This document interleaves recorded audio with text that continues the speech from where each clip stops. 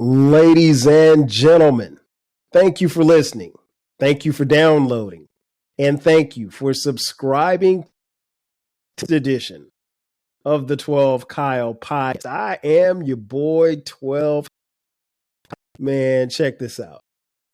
This episode, what we're going to do is we're going to keep in the continue vein of what we have been doing this year. If you've been following the podcast, you know that we have been interviewing HBCU alums and allowing them to talk about their experience at their particular HBCU. And this episode will be no different. This one's a little bit more special than the others because of the guest. Today's guest is no stranger to the show because he's been on here before. And he's no stranger to me because he is my firstborn. Ladies and gentlemen, without further ado, our oldest son, Deion, is in the building. Deion, what up, man? Hey. Welcome. Thank you for having me on the show once again. Oh, no. Thank you for coming through, man. Thank you for coming through. I got to tell you, man, this has been like one of the things that I wanted to do, particularly when I came up with the idea for the episodes. And people have been following, the first person I had on was Uncle Steve. Of course, he came on and talked about South Carolina State University. And but I definitely had you in mind to come on and talk about your alma mater, Alabama A&M University. So just for those of you who know or don't know, Deion is an alum of Alabama A&M. He is currently in graduate school at Alabama A&M University, seeking his master's degree. So he's been in Huntsville, Alabama for a few years now. And at the time of this recording, he's got, another year? So a year from now, he'll be preparing to graduate with his master's degree. So, but we're not going to talk about your master's. Let's talk about the undergrad experience. So let's start at the beginning. Why did you choose Alabama A&M University to be the school that you would attend? I mean, the easiest answer is to say the band, but I enjoyed the school when I did go tour.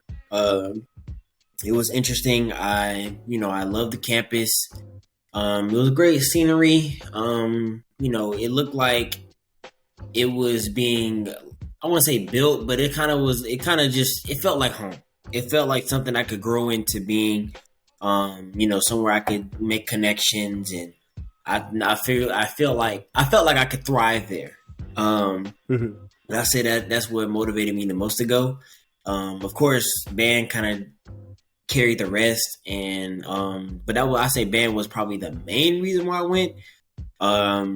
Especially after my band director came to my high school and auditioned me, and I had a couple of friends that were going there as well. So that kind of all helped and definitely pushed me to commit and go here, so to speak.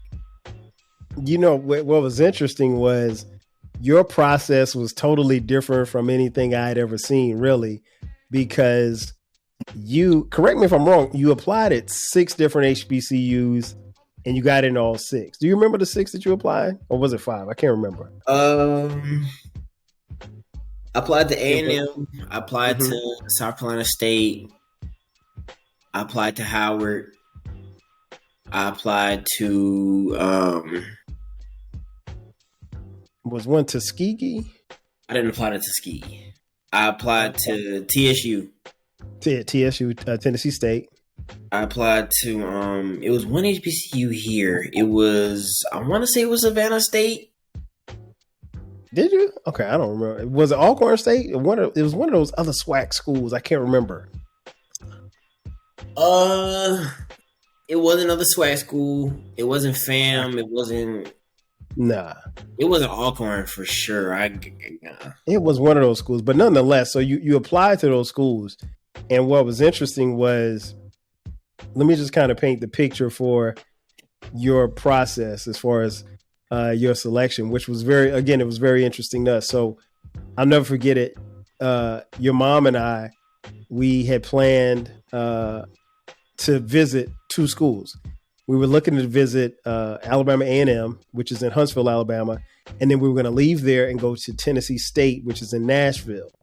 And I think the tour was at like 9:00 or whatever at Alabama A&M, and then there was a 2:00 tour in Huntsville, and in Nashville, and we were maybe 20 minutes into the tour at Alabama A&M, and you looked over and you was like, hey dad, cancel the Tennessee trip.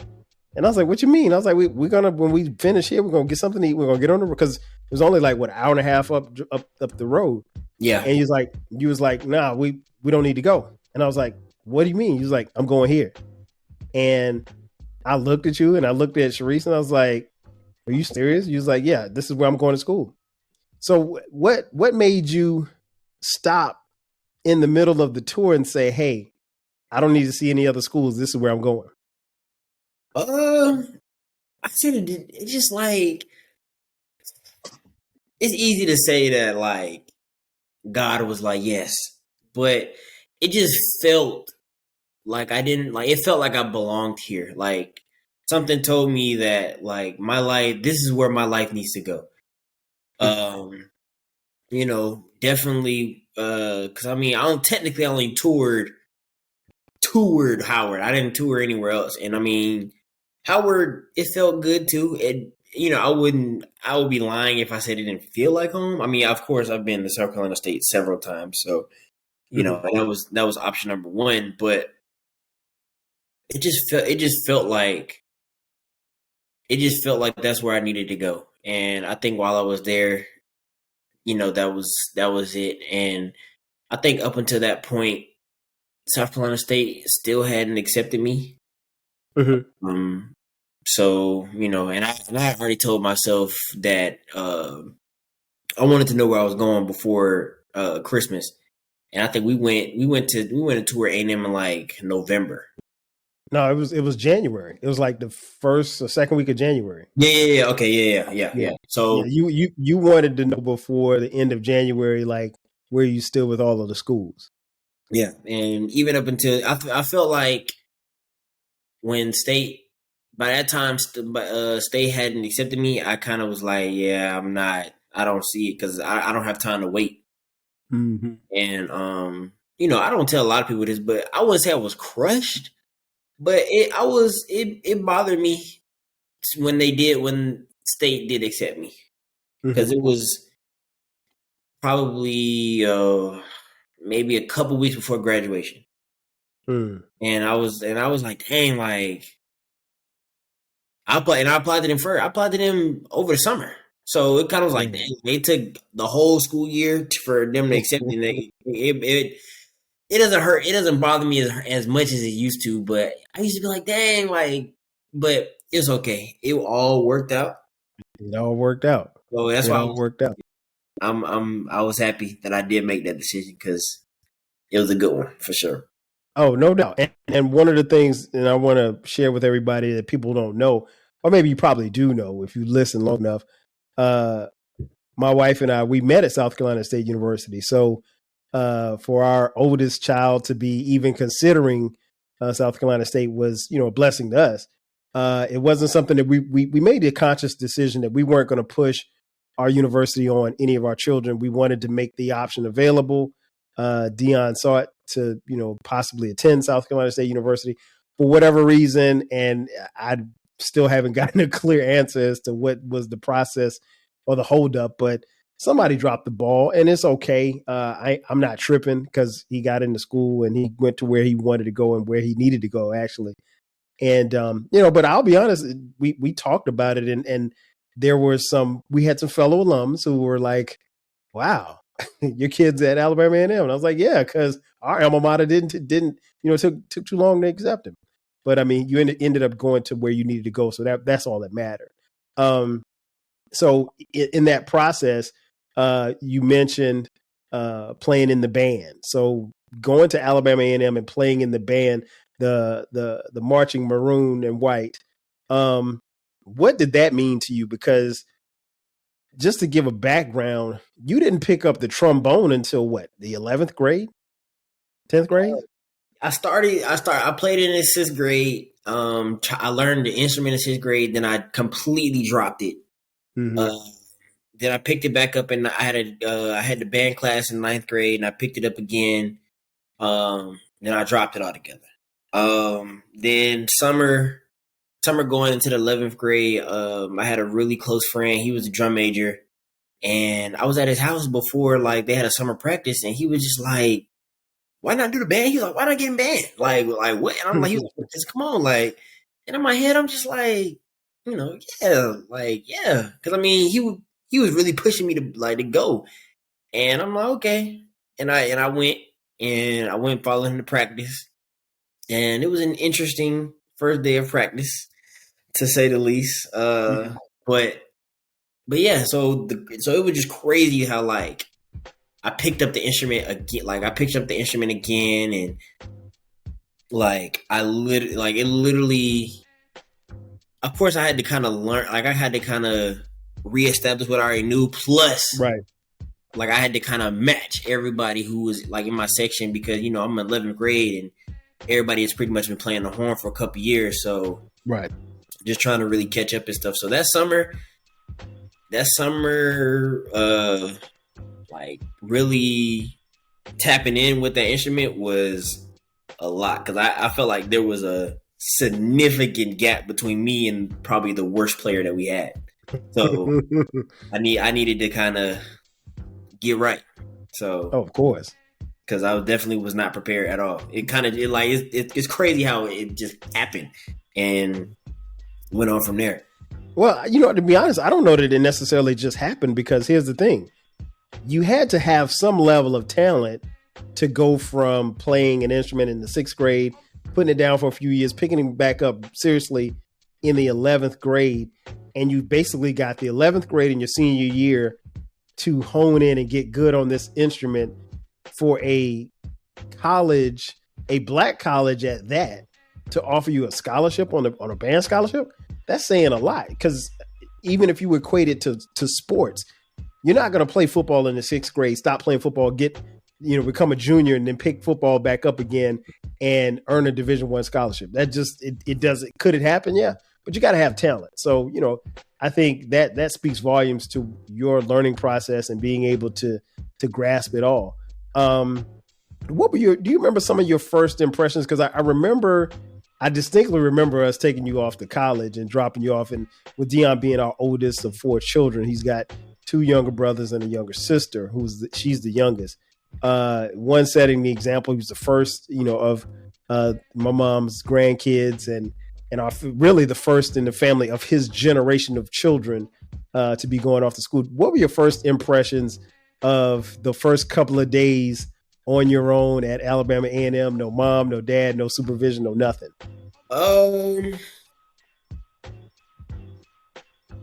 I'd say it was a shock at first. I mean, it was a comfortable shock.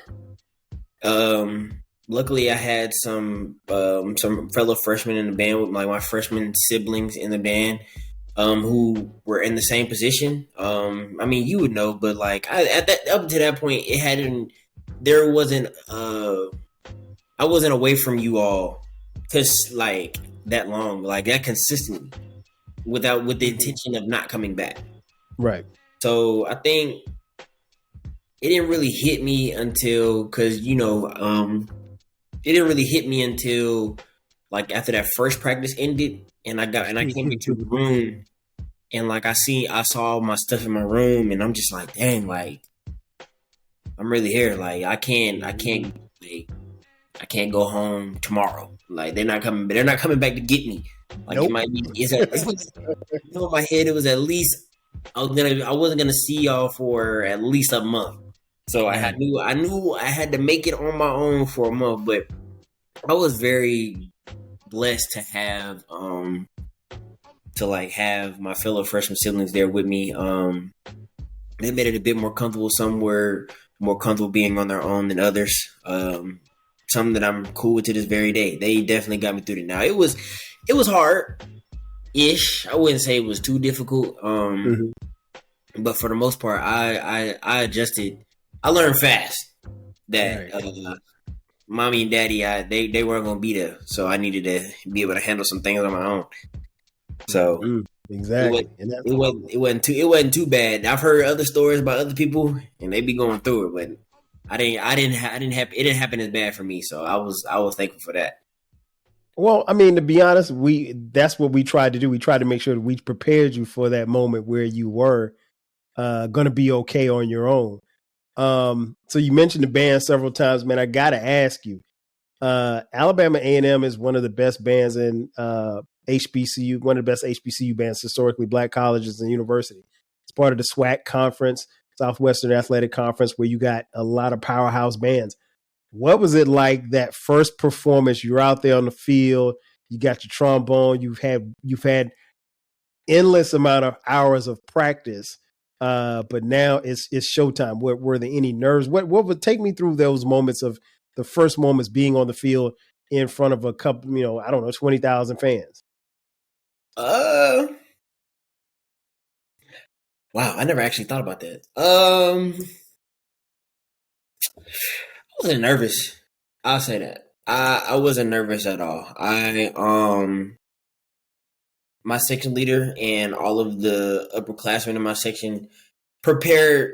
I'll say they properly prepared me and my other fellow freshmen. Like we were prepared. So, Kobe has this saying. He's like, he's only nervous when he knows that he hasn't prepared enough. So, I was more than prepared. I say, and then I've also heard people say like, sometimes practice is harder than the games. Yeah. And after how much, and I'll say up until that point, I've never practiced like that before in my life. So with all of the sprints, all of the push-ups, sit-ups, running the stadium. Matter of fact, we had to run the stadium. Yeah, get you right. Get your wind up. So running the stadium and then having to stand there and play in front of everybody, looking at the stadium I just ran 2 days ago. Mm-hmm. I wasn't nervous at all. I was actually I would say it happened very fast. So it kind of just happened, and then when it was over, it was kind of like, whew, oh, wow. It makes sense why we do that, because I was definitely but it was fun. I did enjoy it. I always enjoy the game. So that first game, it was definitely fun. I do remember. I looked at my homeboy Malik. Like this is my partner. Well, he's really like my close friend. I just looked at him, and he just looked at me. We was just like, like, hey man, like this can get real fast. That's what you work for. So, but it was definitely fun. It was definitely fun. I'll say that that first performance was fun for sure. Definitely. One of the things I always ask people when they come on, obviously being on the HBCU campus, you got class. You got to go to class. So, what was the easiest class that you had on the yard? Ugh. Easiest class.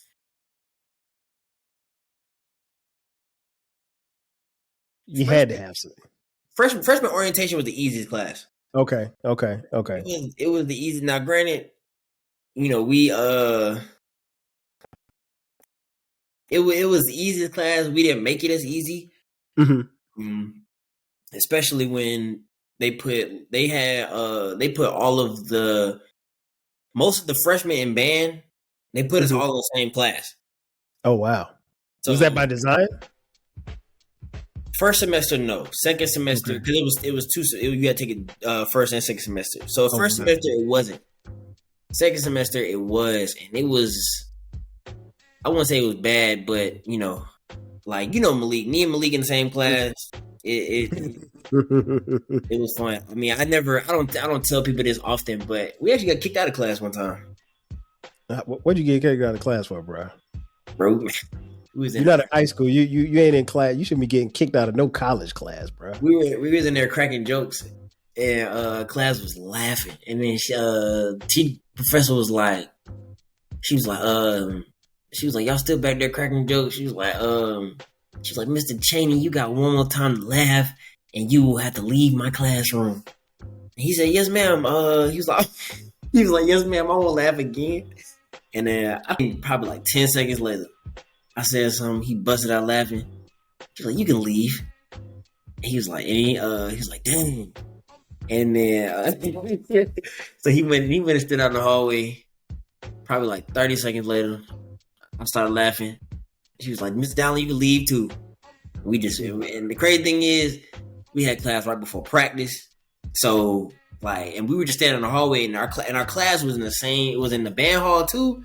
So we just standing out there. Drum major come by, why y'all just standing outside? And we just, we just catching some fresh air, but we just ended up I think practice started at 4:00. I think class started at 3, practice started at 4. Mm-hmm. Me and Malik was in there warming up 3:30. Like warmed up. I'm warmed up sitting there watching everybody come in. We was in there that long. So wow. That was our easiest class. We got A's. So we got A's though.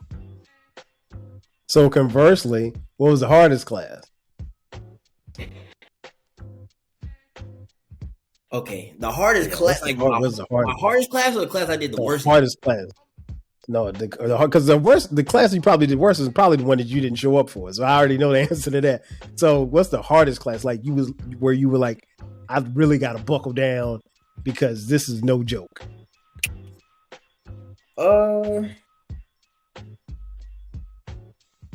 my science classes weren't that hard.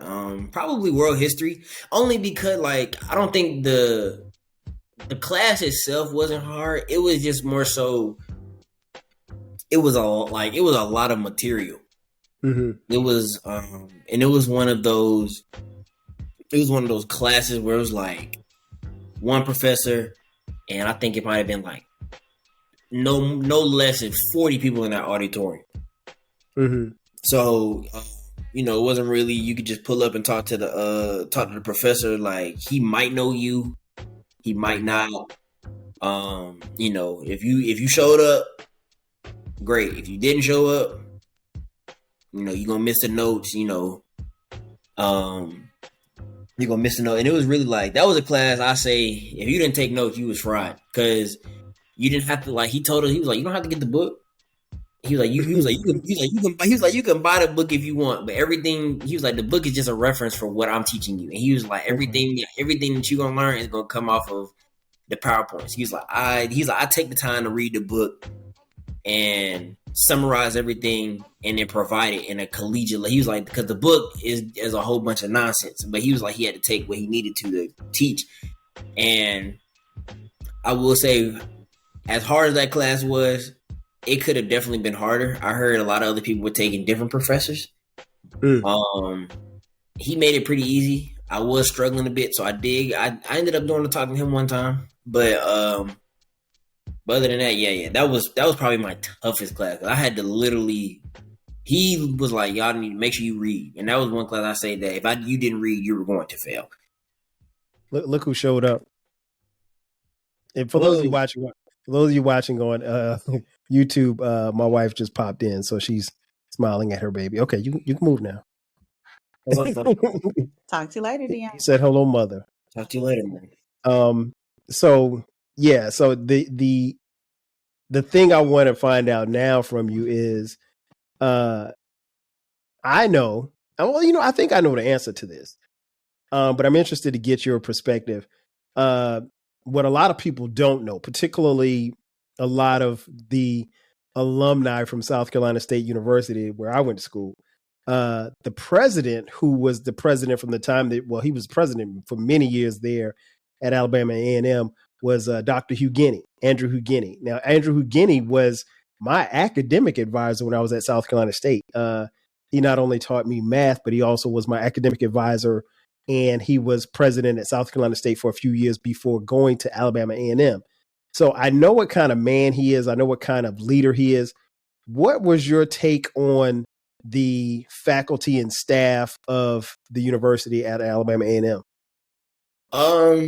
In general, I mean, I've heard mixed reviews. I mean, just your opinion. Your opinion. My opinion, they're pretty. They look out for you. They want the best. They're not go. I'll say, faculty aren't going to give you the grade. They're willing to work with you. Like I'll say that they've always been willing to work with you. If you're putting in effort, then they'll be like, okay, like I see it. Like it was a I can't remember what class it was, but it was a class that I wasn't necessarily struggling, but I think I had a C for most of the semester, but I went to every class. Mm-hmm. So and I was like, dang, like, and Professor put me aside, like, like, you good? I'm like, I mean, I'm getting the information, but he was like, and he was telling me, like, you don't really see a lot of, like, you got to see in the class. It's kind of like, you be there, but you don't really be paying attention like that. But, it's like, are you ducking and dodging out of the class? But no, I was in there faithfully. Like, I mean, it wasn't too hard of a class. It was at 10 in the morning. So, I was up. So it wasn't like I had an excuse to miss it. Mm-hmm.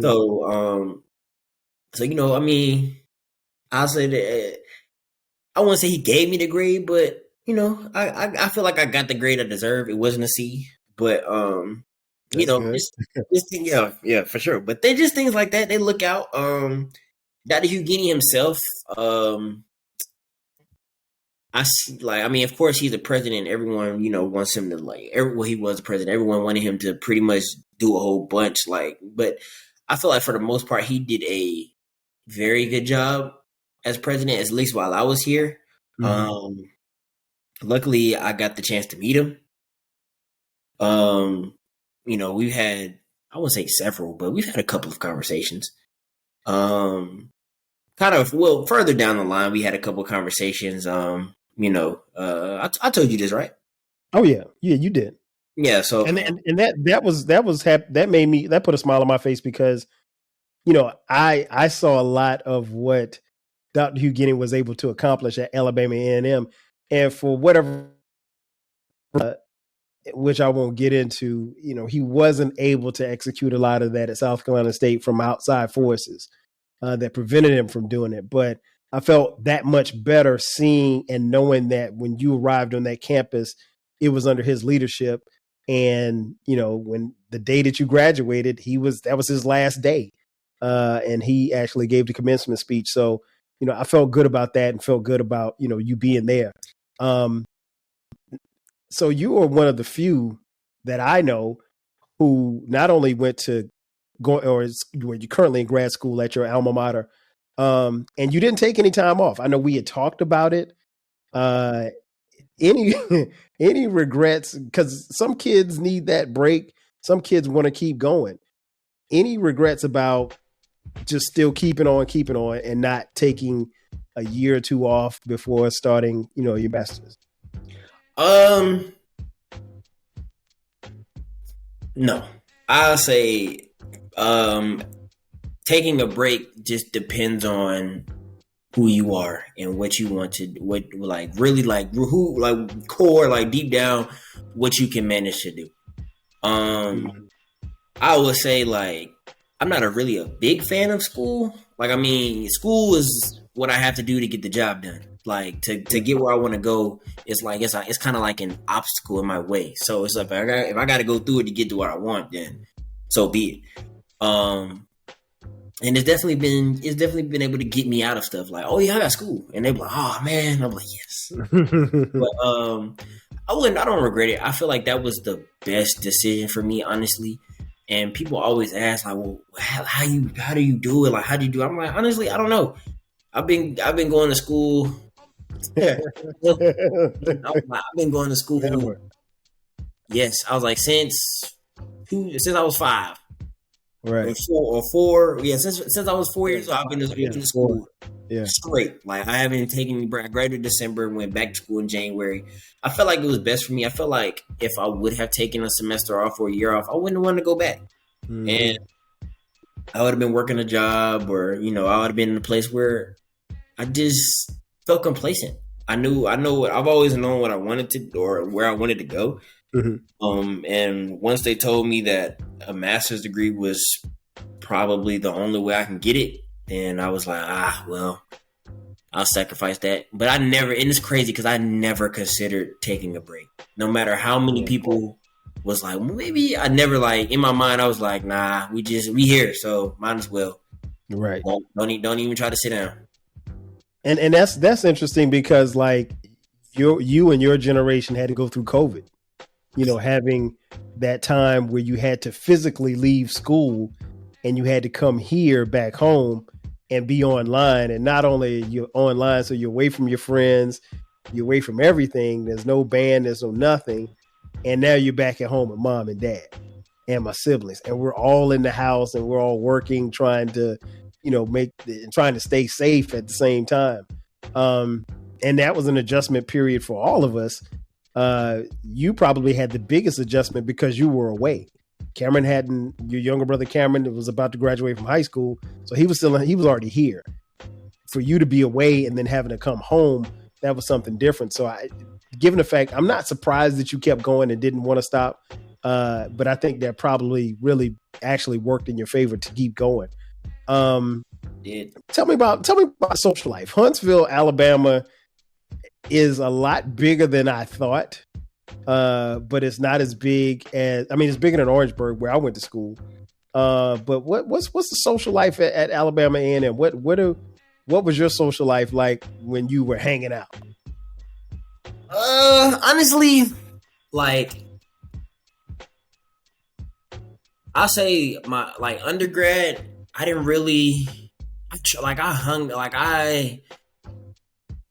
out, but it was more so like I really for the majority, I can honestly say I was hanging out with band people. Mm-hmm.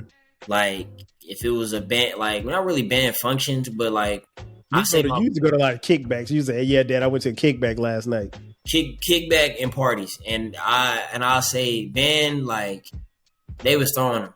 They were thrown. I'm talking about, and I'm not really a party guy. I'll go. I'll go out and stuff, but parties, nah. House parties, nah. But a band house party, yes, because we all, everybody cool, everybody in there. They weren't as wild as the stories I've heard before I got there. Because very lit. I'm talking about, it was definitely some fun times at socially, but I was really hanging with band people. I made connections with others, of course. I had many people who, but band functions I was going, they might have a little, things that they had on campus. I'll go to that. I'll be out to the point where, I was making friends outside of band, but and parties or something like that, it was always band related because that's where regular people wanted to go anyway. Band, I'm telling you, it was one party that my line brother ended up throwing before we even were online or whatever, and it was a lot of band people there, but it was a lot of regular people. Just band people got the discount, obviously, but a lot of regular people would show up, and it was just I like how you call them regular people. I'm not regular, but yeah, I know what you mean. Yeah, to us, you're not in the band, you was regular, so it just the football team try to come in there. It was just dang, y'all messing with us like that, and they were like, yeah, man, the band parties always be lit, and I was just hey, I never would have thought because I didn't plan on going to parties anyway. But the social life was definitely popping. It was always something to get into. Especially being in the band, it was always something to get into. They kept us. That's why I'm so close with people from the band. They all cool. So makes sense. Makes total sense. Before I get you out of here, we gotta leave on this last question. The motto at Alabama A&M is "Start here, go anywhere." Why should a prospective student choose Alabama A&M University to attend for 4 years? Ooh, Um,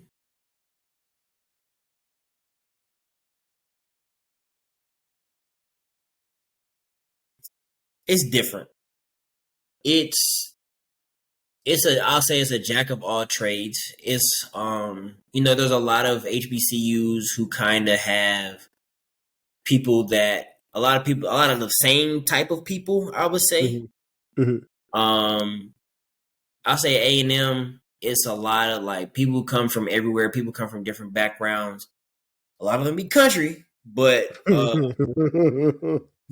just I was surprised to see how many people like from Atlanta when they ain't like I was surprised. And like people come from Atlanta, Chicago, Detroit, different parts of Alabama, things like that. So I would say this is a university that is for anyone, whether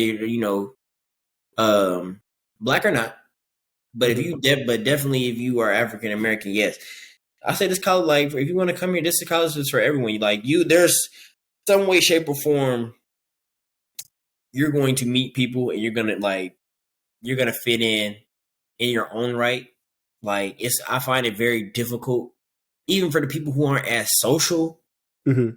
It's easy to find people that mess with because people. I want to say people aren't. Everybody's nice here, but you'll be greeted with a smile or hey, what's up? Like what's going on? Like people are more friendly to speak. It's times where I hoop with a guy that I've never seen before. And after that, I see him on campus and it's like, what's going on? What's going on? And then later on, like maybe a month passed. Now, every time I see him, I'm dapping him up. Mm-hmm. Now I follow him on Instagram. So it just works like that. So if, for any prospective students that want to come to A&M, like, just know you are going to be greeted. Like everyone is, I won't say everyone, most people are friendly. And it won't take much to start friendships here. And everyone will make you feel comfortable here. This is a comfortable environment. Line dancing university. So if you like line dancing, I say come here too. Lord, they line dance about have nothing. Oh my goodness, it's all fun. It's all fun and games, all fun. So definitely do recommend if they do were to come. Just be ready for the rain because if it rain, it pour. Yeah, it's being and they call your campus the Hill because it's literally on a couple of hills, and you will, in walking that campus, build up your lower legs. You may cramp up because it's a lot of walking and it's very, very hilly, but it's a very picturesque campus. I agree with the motto: start here, go anywhere. Because I think that's what definitely happens on that campus. One of the things that I love, not just about Alabama A&M, but all HBCUs is that, and it's something you kind of alluded to a little earlier, is that everybody on the campus is fully invested in seeing you succeed. And everybody on the campus, if you try, to your point, if you try, they will help you get to where you're trying to go. Now, if you don't try, then, you're in trouble. But that's one of the things. And I feel very confident and very happy that, your time there has been great and that you've learned and gained a lot. And we saw the growth in you from the time we dropped you off to the first time we saw you at the first game. And then, subsequently on and seeing you graduate. And I tell people all the time, like, the day that I graduated, I floated, but I was on cloud nine the day that you graduated. And that was, that's something that you don't really, as a parent, you don't really mentally think about because, like you said, if you started school at 5, I remember your first day at kindergarten. I remember dropping you off, and I remember we took pictures and everything like that. And the time from that point to seeing you graduate went like that. I mean, like just so fast. So yeah, we definitely are happy that you chose Alabama A&M. That's going to do it for us. So I want to first of all, thank my main man for coming through. I appreciate you coming through for your old man. Definitely got to have you back on again. We'll do something probably this summer when you're here for summer break. I want to thank all of you for watching and on YouTube. If you're watching on YouTube, make sure you download, subscribe, hit that like button. get the notifications, and leave comments if you like on YouTube. Spotify, you can leave comments on there as well. We're also on Apple Podcasts, all the podcasts, wherever you get your podcasts, that's where we are. And you can follow me on the socials at 12 Kyle, across the board: Facebook, Instagram, Twitter X, Threads, and 12 Kyle Podcast, Twitter X, Facebook, Instagram, as well as TikTok. We got our own TikTok page. On the YouTube page, we have audio and video of each and every episode. So make sure you pass the word. And if you feel so inclined, you want to throw us a couple of dollars, we won't turn them down. $, TWELVEKYLE on Cash App. And also in the description box, you see a link. It says merch. We now have 12 Kyle Podcast t-shirts, hoodies, and posters and mugs. Get you one, get some more for a Christmas gift as well. So that's going to do it for us, for my son, my firstborn. I love you. Thank you. Deion, for coming through. I am your boy, 12 Kyle. We'll catch you guys next time. 5 G's.